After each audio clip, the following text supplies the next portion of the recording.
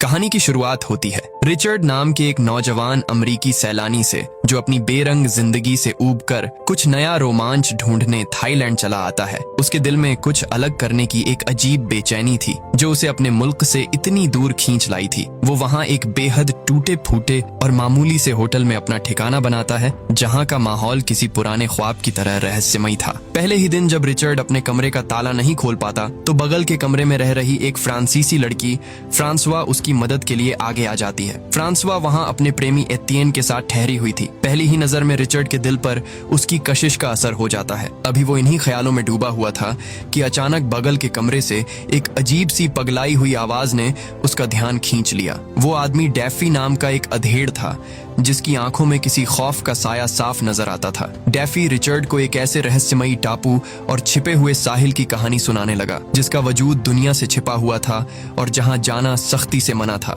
ये जगह उसके लिए जमीन पर जन्नत जैसी थी। रिचर्ड को पहले तो ये सब किसी बहकी हुई कहानी जैसा लगा और उसने इस पर ज्यादा ध्यान नहीं दिया, मगर अगली सुबह जब वो अपने कमरे से बाहर निकला तो दरवाजे पर पिन से लगा एक नक्शा देखकर उसके होश उड़ गए। वो नक्शा डैफी ने उसके लिए छोड़ा था और उस छिपे हुए साहिल का पता बता रहा था डैफी का हाल लेने के लिए। जब वो उसके कमरे में पहुंचा तो वहां का नजारा देखकर वो दहल गया। उस आदमी ने अपनी जान दे दी थी। पुलिस को इस मामले की इत्तला देने के बाद रिचर्ड के मन में डैफी की कहानी एक जुनून की तरह घर कर गई थी। उसने अपने पड़ोसी फ्रांसवा और एतियन को नक्शे के बारे में बताया और उस रहस्यमयी टापू पर साथ चलने की पेशकश की। एक नई और अनछुई जगह पर जाने का ख्याल ही दोनों के दिलों को रोमांच से भर देने के लिए काफी था और एतियन ने फौरन इस सफर की पूरी रूपरेखा तैयार करनी शुरू कर दी। ये तिकड़ी एक दिन में ही 500 मील का सफर तय करके किसी अनजान साहिल पर पहुंच गई। एतियन ने उन्हें बताया कि वो जिस मंजिल की तलाश में है वो दरअसल एक राष्ट्रीय उद्यान है जहां जाने पर सख्त पाबंदी है, मगर वो एक नजदीकी टापू तक पहुंचकर तैरकर वहां जा सकते हैं। रास्ते के एक ठिकाने पर रिचर्ड की चाबी फिर खो गई और तभी पास के कमरे में ठहरे 2 सर्फर लड़कों ने उसे अपने साथ रुकने की पेशकश की। बातों ही बातों में उन सर्फर लड़कों ने भी उसी छिपे हुए साहिल का जिक्र छेड़ दिया जहां रिचर्ड जा रहा था। वो बताने लगे कि कैसे लोगों में मशहूर है कि वहां का दूध सी सफेद रेत और बिल्कुल साफ शीशे जैसा पानी है, मगर वो इसे महज एक उड़ी हुई अफवाह ही मानते थे। अगले दिन सफर पर निकलने से पहले एक नाजुक पल में रिचर्ड ने अपनी मेहरबानी का बदला चुकाते हुए उन्हें उस नक्शे की एक नकल बनाकर थमा दी। रिचर्ड और उसके दोस्त अब अपनी मंजिल से पहले के आखिरी टापू पर पहुंच चुके थे और रात गुजारने के लिए वहीं डेरा डाल दिया। रात के सन्नाटे में रिचर्ड की आंख फ्रांसवा की हल्की सी आहट से खुली जो आसमान में टके सितारों की तस्वीरें खींच रही थी। रिचर्ड ने रूमानी अंदाज में कहा कि कायनात इतनी बेहिसाब है कि कहीं न कहीं उन्हीं जैसा एक और जोड़ा होगा जो उसी पल उनकी तस्वीर खींच रहा होगा। फ्रांसवा हंसकर उसकी इस बात को टाल देती है और तंज कसकर कहती है कि ये वही घिसा पिटा अमेरिकी अंदाज है जो हर लड़का एक फ्रांसीसी लड़की को रिझाने के लिए इस्तेमाल करता है। अगली सुबह तीनों ने तैरकर पार करने वाले फासले का अंदाजा लगाने की कोशिश की। उन्हें लगा कि अगर दूरी ज्यादा हुई तो वो डूब जाएंगे, मगर रिचर्ड का जोश 7वें आसमान पर था और उसने नारा दिया कि कोशिश किए बिना कुछ हासिल नहीं होता। इतना कहकर उसने पहली डुबकी लगा दी और बाकी दोनों उसके पीछे पीछे पानी में कूद पड़े। एक बेहद थका देने वाली लंबी तैराकी के बाद आखिरकार वो उस अनजान सरजमीन पर पहुंच ही गए। वहां से आगे बढ़ते हुए जब वो टापू के अंदर दाखिल हुए तो उनकी आंखें फटी की फटी रह गईं। उनके सामने एक बेहद विशाल भांग की खेती फैली हुई थी जिसकी कल्पना भी उन्होंने नहीं की थी। तभी रिचर्ड की नजर एक बंदर पर पड़ी जो एक रस्सी से एक सोते हुए खतरनाक हथियारबंद आदमी से बंधा हुआ था। बंदर की हलचल से वो आदमी जाग गया जिससे तीनों फौरन वहीं खेत में छिप गए। कुछ ही पलों में और भी हथियारबंद पहरेदार वहां आ पहुंचे और इन तीनों को ढूंढने लगे। बंदर ने इनको सूंघ लिया, मगर रिचर्ड ने अपनी पानी की बोतल से उस पर पानी छिड़कर बखूबी टाल दिया और तीनों चुपके से वहां से निकल आए। ये डरावना तजुर्बा देखकर फ्रांसवा और एतियन का इरादा वापस लौटने का होने लगा, मगर रिचर्ड पर जन्नत ढूंढने का जुनून सवार था, इसलिए दोनों न चाहते हुए भी उसके पीछे चल पड़े। नदी के बहाव के साथ चलते हुए वो एक बेहद खतरनाक और ऊंचे झरने पर जा पहुंचे जिसके नीचे उतरने का कोई रास्ता नहीं दिख रहा था। लड़के जब रास्ता ढूंढने में बहस कर रहे थे तभी बहादुर फ्रांसवा ने आप देखा। न ताव और सीधी झरने में छलांग लगा दी।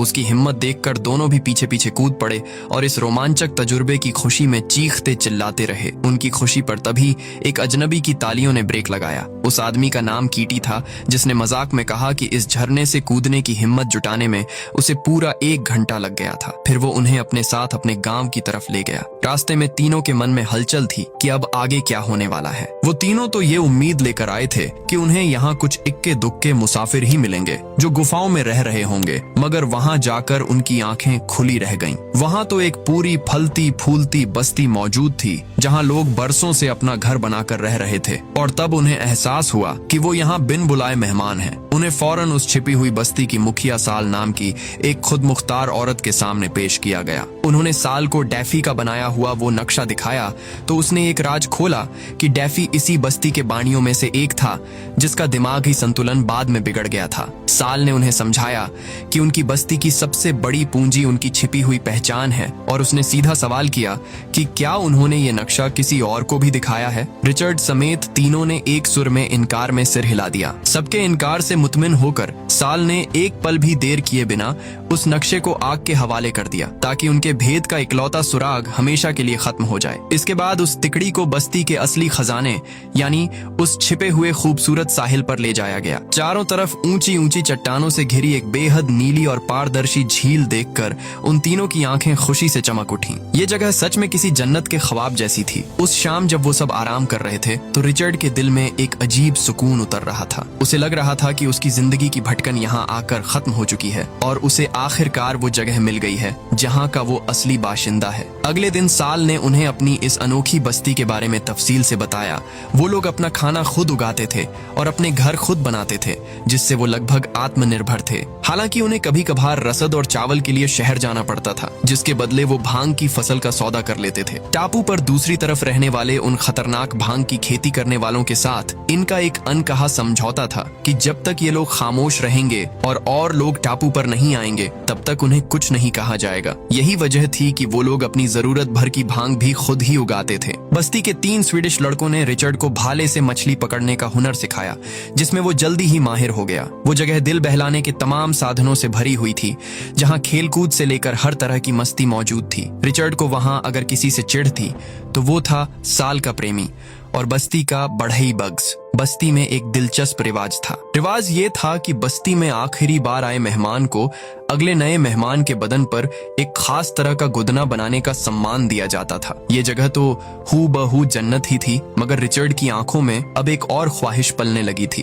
और उसका रुख फ्रांसवा की तरफ था। एक दिन जब रिचर्ड पास खड़ी फ्रांसवा को देख रहा था तो कीटी ने आकर उसे टोका और एक एक करके सारी वजहें गिनाई कि वो उसका साथी क्यों नहीं हो सकता। इसी बीच एक दिन बस्ती के एक आदमी ने दांत के दर्द से तंग आकर शहर के डॉक्टर के पास जाने की इजाजत मांगी, मगर साल ने साफ इनकार कर दिया। रिचर्ड को इस वाकये से एक बड़ा सबक मिला कि अपनी जन्नत के राज को छिपाए रखने के लिए कभी कभी खामोशी से थोड़ा बहुत दर्द सहना पड़ता है। इसका इलाज भी वहीं किया गया और बस्ती के कुछ लोगों ने मिलकर उस बेचारे का दांत सांडसी की मदद से उखाड़ डाला। उसी रात फ्रांसवा ने रिचर्ड को साहिल पर टहलने का न्योता दिया और एक खामोश पल में अपने दिल का राज खोल दिया। उसने माना कि उसे रिचर्ड बहुत भाता है, मगर एतियन के साथ रिश्ते में होने की वजह से वो उसके पास नहीं आ सकती। फिर दोनों समंदर के चमकते हुए पानी में तैरने उतरे। दोनों ने एक दूसरे से वादा किया कि वो इस लम्हे को हमेशा एक राज ही रखेंगे। इस वादे को ज्यादा वक्त नहीं हो पाया था कि एक दिन एतियन ने रिचर्ड को आड़े हाथों लिया और उससे अपनी प्रेमिका से उसके रिश्ते के बारे में जवाब मांगा। रिचर्ड ने अनजान बनने की कोशिश की, मगर एतियन ने ठंडे लहजे में कहा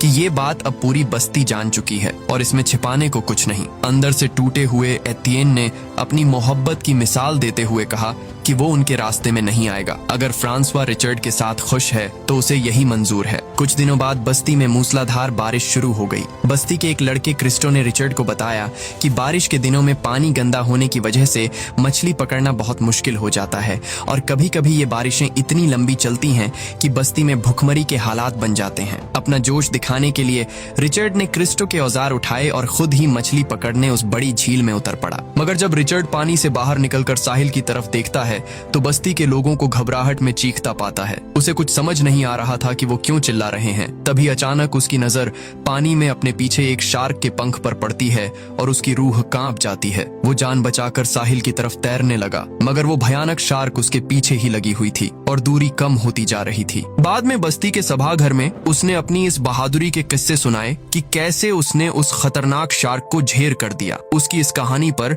सब उसकी जय जयकार कर रहे थे, मगर उससे जलने वाला बग्स बिल्कुल भी प्रभावित नहीं हुआ। उसने तंज कसा कि वो तो एक मामूली सा बच्चा शार्क था, कोई बड़ी बात नहीं। रिचर्ड ने भी पलटकर उसकी बेइज्जती करके उसे उसकी औकात दिखा दी और सब अपनी अपनी जगह सोने चले गए। कुछ दिनों बाद साल ने बस्ती को एक बुरी खबर सुनाई कि उनके जखीरे में रखे चावल फफूंद की वजह से खराब हो चुके हैं, जिसकी वजह से किसी एक को शहर जाकर खरीदारी करनी होगी। न जाने क्यों कोई भी इस खतरनाक काम के लिए राजी नहीं था, इसलिए साल ने खुद रिचर्ड को अपने साथ चलने का हुक्म दे दिया। रिचर्ड थोड़ा हिचकिचाया, मगर मना करने का कोई बहाना उसके पास नहीं था। सफर की खबर सुनते ही बस्ती के एक एक सदस्य ने अपनी अपनी फरमाइशों की लंबी फहरिस्त उसे थमा दी। आखिर में बग्स आया और उसने रिचर्ड को बेइज्जती से धमकाते हुए कहा कि वो अपनी हरकतों पर लगाम रखे और शहर जाकर कोई गलत हरकत न करे। शुरू में रिचर्ड शहर पहुंचकर वहां की चकाचौंध और ठंडी बियर का लुत्फ उठाने को बेताब था, मगर वहां पहुंचकर उसे अपने उन तमाम कारणों की याद आ गई जिनकी वजह से वो ये दुनिया छोड़कर भागा था। अब उसे साल की मजबूरी भी समझ आ गई थी कि वो उस छिपे हुए साहिल को क्यों इतनी सख्ती से छिपा कर रखती है, क्योंकि अगर ये राज खुल जाता तो उनकी जन्नत भी इसी शहर की भीड़ का हिस्सा बन जाती। खरीदारी खत्म होने के बाद जब वो और साल एक पब में बैठकर सुस्ता रहे थे, तभी इत्तेफाका से वही दो सरफर लड़के अपनी प्रेमिकाओं के साथ वहां आ धमके, जिन्हें रिचर्ड ने पहले नक्शे की नकल थमाई थी। बातचीत में जब उन सरफर लड़कों ने रिचर्ड को नक्शे वाला आदमी कहकर मुखातिब किया तो साल के कान खड़े हो गए। वो लड़के उस छिपे हुए साहिल पर जाने के लिए बेहद उत्साहित दिख रहे थे, जिसे देखकर रिचर्ड के होश उड़ गए। उसने तुरंत हड़बड़ाते हुए कहा कि वो नक्शा एक कोरा झूठ था और ऐसी कोई जगह कहीं नहीं है, मगर सरफर लड़के मानने को तैयार नहीं थे और उन्हें लगा कि वो जानबूझकर उन्हें टाल रहा है। उनकी जिद से तंग आकर रिचर्ड ने गुस्से से उन्हें झिड़क दिया और बात आई गई हो गई। बाद में जब साल ने रिचर्ड से एक तीखा सवाल किया कि क्या उसने उन्हें नक्शे की कोई नकल बनाकर दी थी, तो रिचर्ड घबरा गया। अपना गुनाह छिपाने के लिए उसने झूठ बोल दिया कि उसने सिर्फ अपनी मंजिल का जिक्र किया था और उन्होंने नक्शा बस उड़ती हुई एक नजर से देखा था। इस झूठ से साल ने राहत की सांस ली। साल ने सोचा कि बिना नक्शे के उन सरफर लड़कों में इतनी हिम्मत कहां कि वो उस टापू तक पहुंच सकें, और उसने इस राज को राज ही रखने का फैसला किया। उस रात रिचर्ड को मजबूरन उसकी खामोशी की कीमत अपने जिस्म से चुकानी पड़ी, जो दरअसल उसके अपने टापू पर वापस लौटने का टिकट भी था और एक तरह की मूक डील भी। जब वो दोनों बस्ती वापस लौटे तो रिचर्ड ने अपनी जबान पर ताला लगाकर सबको उनकी फरमाइश की चीजें थमा दी। फ्रांसवा को उसने एक सस्ता कैमरा तोहफे में दिया, मगर फ्रांसवा ने उसकी चोरी पकड़ ली और सीधा पूछा, क्योंकि बस्ती में ये अफवाह तेज है कि साल का दिल उस पर आ चुका है। रिचर्ड ने एक और झूठ बोलते हुए सब कुछ इनकार में टाल दिया ताकि उनकी मोहब्बत बेदाग बनी रहे। इस तरह उनकी जिंदगी फिर से अपनी पुरानी पटरी पर लौट आई और फ्रांसवा ने पूरे गिरोह की एक यादगार तस्वीर खींची। मगर ये खुशनुमा माहौल ज्यादा देर तक नहीं टिक पाने वाला था। एक दिन जब रिचर्ड झूले में लेटा हुआ अपना खेल खेल रहा था तो अचानक उसके कानों में दर्दनाक चीखें पड़ी। बाहर निकलकर देखा तो उसका माथा ठनक गया। स्वीडिश लड़कों पर एक खतरनाक शार्क हमला कर चुकी थी। उनमें से एक की टांग का बड़ा हिस्सा शार्क काट कर ले गई थी और उसके बदन पर भी गहरे जख्म थे और वो वहीं दम तोड़ चुका था। खून के निशानों का पीछा करते हुए रिचर्ड साहिल पर पहुंचा तो उसने क्रिस्टो को भी टांग में गहरे जख्म के साथ तड़पते हुए पाया। उसे उठाकर बस्ती में लाया गया, जहां साल ने मदद के बदले एक शर्त रखी कि अगर वो अस्पताल जाना चाहता है तो उसे शर्त माननी होगी कि वो किसी को बस्ती के ठिकाने का राज नहीं बताएगा। मगर जख्मी क्रिस्टो डर के मारे कांप उठा। अब वो पानी से इतना डर चुका था कि वो कहीं नहीं जाना चाहता था। उसने रोते हुए मिन्नतें की कि किसी डॉक्टर को यहीं बुला लिया जाए, मगर साल ने उसकी इस फरियाद को बेरहमी से ठुकरा दिया और साफ कह दिया कि वो या तो जाकर अपनी जान बचाए या यहीं अपनी किस्मत आजमाए। बस्ती वालों ने उसके स्वीडिश दोस्त की लाश को पूरे एहतराम के साथ दफना दिया। उसके बाद सबने अपनी जिंदगी को वापस पटरी पर लाने की कोशिश की, मगर क्रिस्टो की दर्द भरी कराहें पूरे माहौल का सुकून छीन रही थीं। रिचर्ड ने मन ही मन सोचा कि किसी बड़े सदमे के बाद इंसान को या तो जल्दी से ठीक हो जाना चाहिए या फिर मर जाना चाहिए, ताकि बाकी लोग उसकी अच्छाइयाँ याद करके आगे बढ़ सकें। बीच में अटके रहना ही दूसरों को सबसे ज्यादा खलता है। आखिरकार बस्ती ने एक बेरहम फैसला किया। एतियेन की लाख मिन्नतों के बावजूद उन्होंने क्रिस्टो को उठाकर जंगल में दूर एक तंबू में डाल दिया। उसके कुछ ही दिनों बाद बस्ती की जिंदगी फिर से हंसी खुशी से चलने लगी। इसी बीच साल ने रिचर्ड को टापू के दूसरे किनारे पर ले जाकर एक खौफनाक मंजर दिखाया। वो सर्फर लड़के नक्शा हाथ में लिए सच में वहां आ चुके थे। साल ने रिचर्ड को याद दिलाया कि भांग की खेती करने वालों ने उन्हें साफ चेतावनी दे रखी है कि अब कोई नया आदमी टापू पर नहीं आना चाहिए, मगर अब तो लग रहा था कि वो लोग खुद ही गाइड बांट रहे हैं। गुस्से में उबलती हुई साल ने रिचर्ड को सजा के तौर पर हुक्म दिया कि वो हर रोज यहाँ आकर पहरा दे जब तक वो लोग न आ जाएं, ताकि वो उन्हें वापस भगाकर वो नक्शा छीन सके। रिचर्ड ने कहा कि उन्हें आने में हफ्तों लग सकते हैं, मगर साल को इसकी कोई परवाह नहीं थी। उसी रात फ्रांसवा ने आकर गुस्से में उसके मुंह पर जोरदार थप्पड़ रसीद कर दिया। दरअसल साल ने बस्ती के सबको शहर वाली रात की पूरी सच्चाई बता दी थी। रिचर्ड को पहले से ही पता था कि ये दिन एक न एक दिन आना ही था, मगर फिर भी ये धोखे का तमाचा उसके दिल को छलनी कर गया। जैसे जैसे दिन बीते, रिचर्ड ने अपना दिल बहलाने के लिए नए तरीके ईजाद किए। वो छिपकर भांग की खेती करने वालों की हर हरकत पर नजर रखने लगा और खुद को एक काल्पनिक खेल का हिस्सा समझने लगा। बस्ती से जितना दूर वो रहता, उसकी याद उतनी ही कम होती जाती। उसके जहन में अब नए किरदार बस चुके थे। जंगल उसका मैदान था, नक्शा हासिल करना उसका मिशन था, और किसान दुश्मन तो सर्फर हमलावर। धीरे धीरे रिचर्ड का दिमागी संतुलन बिगड़ने लगा और उसे डैफी की रूह दिखाई देने लगी। एक दिन कीटी जब उसकी खबर लेने पहुंचा तो उसकी हालत देखकर हैरान रह गया। उसने रिचर्ड को समझाया कि वो खुद पर काबू पाए और इस अंधेरे जुनून से बाहर निकले, मगर रिचर्ड पर अब किसी की बात का कोई असर नहीं हो रहा था। वो जंगल में जगह जगह जाल बिछाने लगा। डैफी की रूह उसे रास्ता दिखा रही थी। रिचर्ड का जुनून यहाँ तक बढ़ गया था कि वो रात के अंधेरे में किसानों के घरों के करीब जाकर उनके सोते वक्त उनके हथियारों को छूता और एक की पगड़ी तक चुरा लाया। आखिरकार वो दिन भी आ गया जब सर्फर लड़के एक भोंडे से बेड़े पर सवार होकर टापू के साहिल पर पहुंच गए। रिचर्ड छिपकर उनकी हर हरकत पर बाज की नजर रखे हुए था और इंतजार कर रहा था कि अब आगे क्या होगा। सर्फर लड़के जब उस विशाल भांग की खेती के बीच पहुंचे तो खुशी से नाचने गाने लगे। उनकी इस हरकत और शोर ने हथियारबंद पहरेदारों का ध्यान खींच लिया और वो उन्हें घेर कर आ पहुंचे। जब लड़कों ने माफी मांगकर लौटने की पेशकश की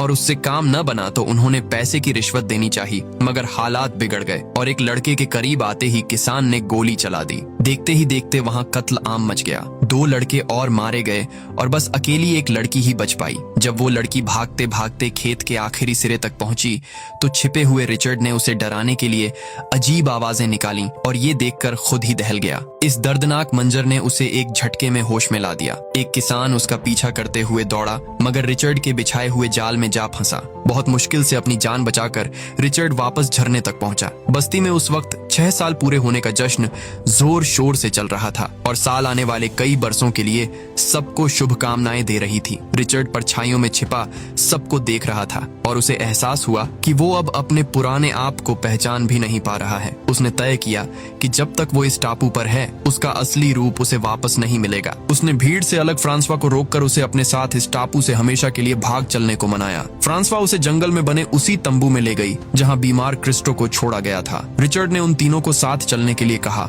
मगर एतियेन ने यह कहकर इनकार कर दिया कि वो क्रिस्टो को इस हाल में नहीं छोड़ सकता। क्रिस्टो की टांग में अब सड़न लग चुकी थी और जहर पूरे जिस्म में फैल रहा था। उधर बस्ती में जश्न जोर शोर से चल रहा था। रिचर्ड ने उन्हें अपनी नाव के पास इंतजार करने को कहा और इशारा किया कि वो क्रिस्टो वाले मसले को संभाल लेगा। वो भागे, मगर रास्ते में किसानों ने उन्हें घेर लिया। रिचर्ड ने वापस आकर तड़पते हुए क्रिस्टो को उसकी तकलीफ से हमेशा के लिए निजात दे दी, क्योंकि उसकी ये हालत बस्ती वालों ने अपनी मस्ती बनाए रखने के लिए की थी और वो उसे यूं ही तड़पता हुआ नहीं छोड़ सकता था। जैसे ही रिचर्ड तंबू से बाहर निकला, कोई पीछे से उसके सिर पर जोरदार वार करके उसे बेहोश कर देता है। उधर बस्ती में चल रहे जश्न को किसानों ने आकर तितर बितर कर दिया। उन्होंने सख्त लहजे में अपनी मजबूरी बयान की कि टापू पर नए नए लोगों के नक्शे लेकर आने से उनकी रोजी रोटी पर पहाड़ टूट रहा है और वो अपने परिवार को पैसे नहीं भेज पा रहे, और उन्होंने सबको टापू छोड़ने का हुक्म दे दिया। साल को छोड़कर सब इस फैसले पर राजी हो गए। रिचर्ड ने भी उसे समझाने की बहुत कोशिश की,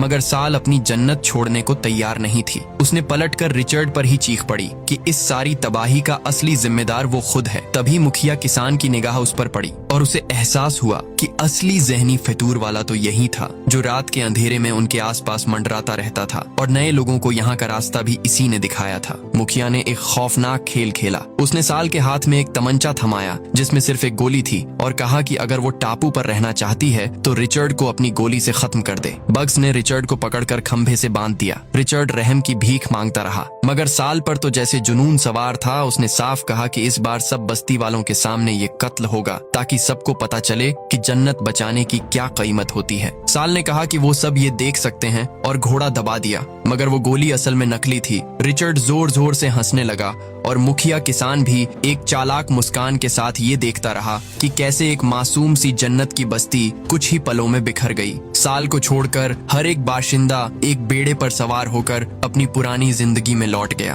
कहानी का आखिरी मंजर एक इंटरनेट कैफे का है, जहां अपने ईमेल देखता हुआ रिचर्ड फ्रांसवा की भेजी हुई वो पुरानी गिरोह की तस्वीर पाता है। उसके चेहरे पर एक हल्की सी खामोश मुस्कान दौड़ जाती है, क्योंकि उसे एहसास हो जाता है कि असली जन्नत कोई जगह नहीं, बल्कि जिंदगी का वो लम्हा है